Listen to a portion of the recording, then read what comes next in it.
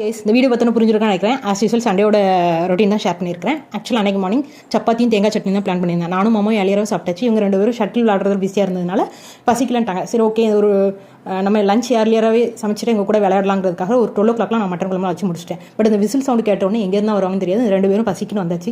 நான் ஏர்லியராக பிளான் பண்ணி சாதம் வடிக்கல. நான் சாதத்தை யார் கேட்டால் குழம்பு கொண்டு வந்து சொல்லி சப்பாத்தி சைடிஷாக 2 பேரும் மட்டன் குழம்பு வச்சு சாப்பிட்டாச்சு. அதுலேயும் தட்டை மிச்சம் கொடுத்துறாங்களாம். ஒரே தட்டில் உட்காந்து 2 பேரும் சாப்பிட்டாச்சு.